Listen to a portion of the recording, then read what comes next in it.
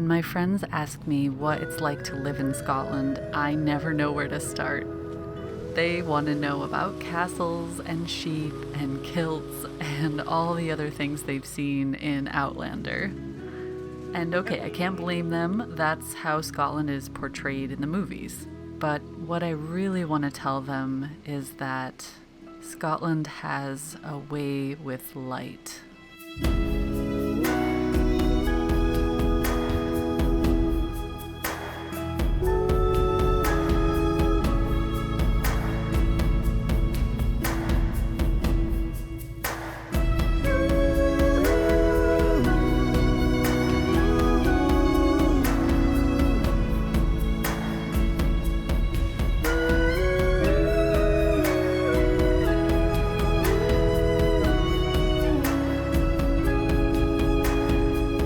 With a little patience and a lot of luck, she can surprise you even on her moody days. As many of you know, Scotland is famous for quick changes in weather, from bright sun to fierce gales, all in the span of a day. Therefore, as a photographer and an artist, I've learned to embrace the unknown. But it's been a hard lesson to learn, as when I first started photography, I was such a control freak about looking at the sun schedules and the weather patterns and trying to plan my photo shoots for the perfect moment. Last year, we went on a camping trip to Applecross, a remote peninsula in the northwest of Scotland. After months of planning and driving all the way there, we were met with a very windy evening, followed by a gale moving in. So we were trapped in our pod for the whole weekend, but on the final day, the skies opened up.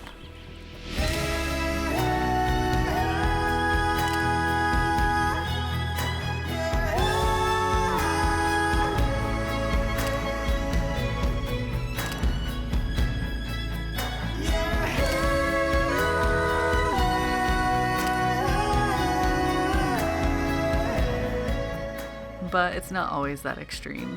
Most times I find myself somewhere in between rain showers, with just enough time to grab some images or take a quick time lapse in hopes of remembering the beauty. But chasing the light has been the driving force behind my photography since the very beginning. The golden hour, my favorite.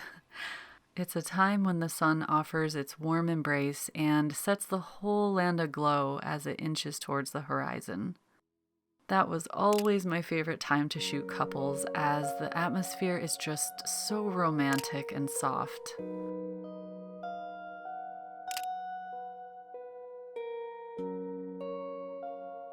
When it comes to landscape photography, I find myself drawn to the fringes of the day, either early morning or later evening, when shadows are really long and the atmosphere offers a wider variety of colors. I know firsthand that chasing the light can be an addiction. I believe it must be akin to how tornado chasers feel. You have a brief window of time for the perfect conditions, and it's up to you to be in the right spot at the right moment to capture it.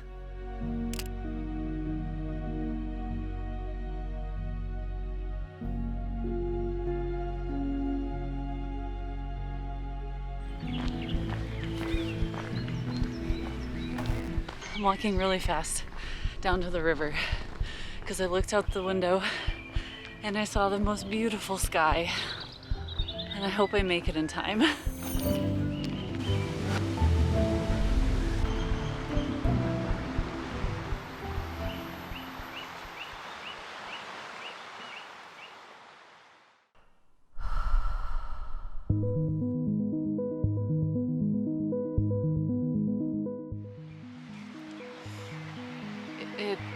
It is so beautiful.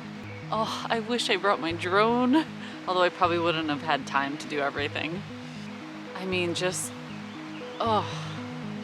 always worth running down to the river.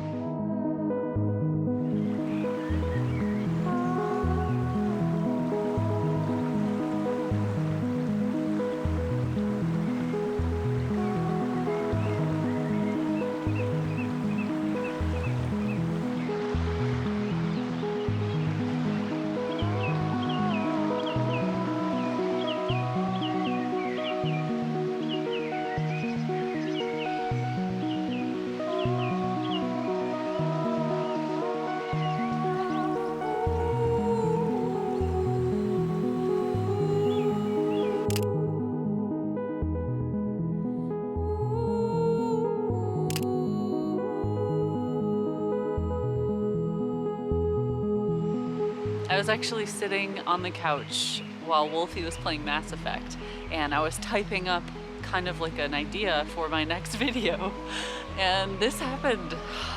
It's almost 9:30 p.m., so it's good to remember that the sunset, the pretty colors in the sunset are happening so late.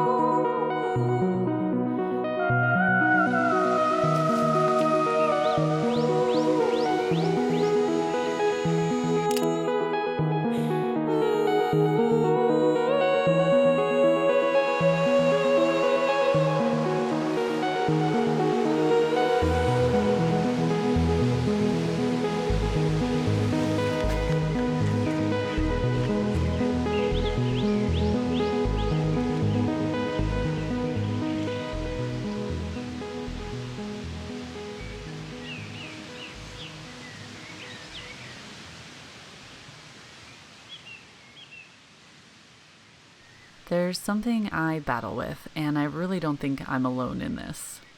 I call it the fear of missing out. The fear of missing the perfect shot because I wasn't prepared, because I didn't bring the perfect lens. And this feeling can be so powerful that it sometimes paralyzes me.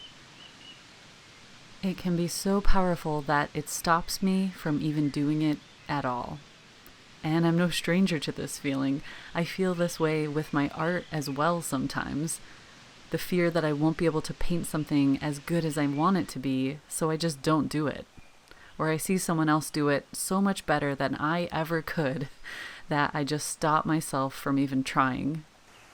I have always used prime lenses, preferring their higher quality glass and mechanics and wide apertures. So changing from a close-up macro shot to something, 400 yards away means changing the lens, not zooming in and out. And it means bringing more equipment. So I have to anticipate ahead of time what I think I might want to shoot when I'm out.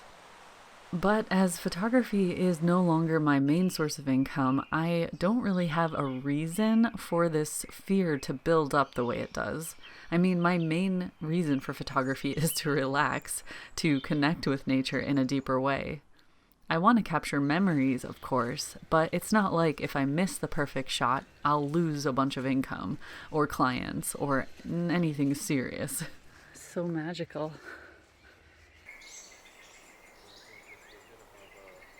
Oh my goodness. The light is insanely beautiful. I want to cry. So we are rushing down to this little spot we call the beach. And I have my big camera and the drone.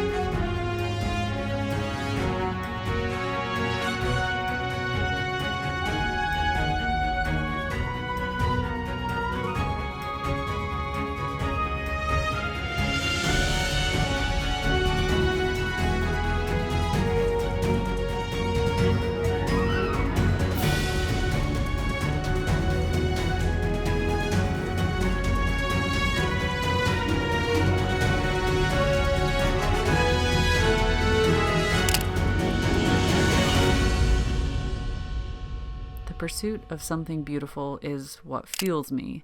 And while memories can fade with age, the photos will live on and tell my story.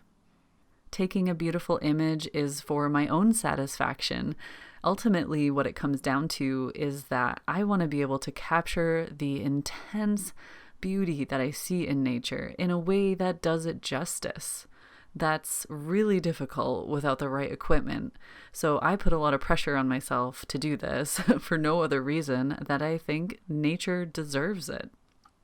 So I'm on a seemingly endless journey to find the perfect combination of lenses and equipment that will help me do this. But perhaps more importantly, to shift my mindset to a healthier place. To be able to go out and experience life and capture it along the way as best as I can, but not let fear stop me. I'm so happy you came with me. Me too. Do you want to say anything to them? Hey. Good job. You're going to have to do a takeover one of these days. A what? Takeover. A vlog takeover. Or you take over the vlog. That will be the worst vlog that you've ever done. Probably right. Oh, I can't believe my card was full like right away. I can. Hey. What? I need to keep extra cards. Miss forgets lenses and cables and... Honestly, I'm going to make a necklace with a card holder, and I'm gonna just like wear it permanently. That's a plan. That's my plan. Do those exist? So thank you for joining me on this very sunsetty weekend. It was really beautiful, and I will do my best to fight the fear. I look forward to seeing you guys again soon. Take care.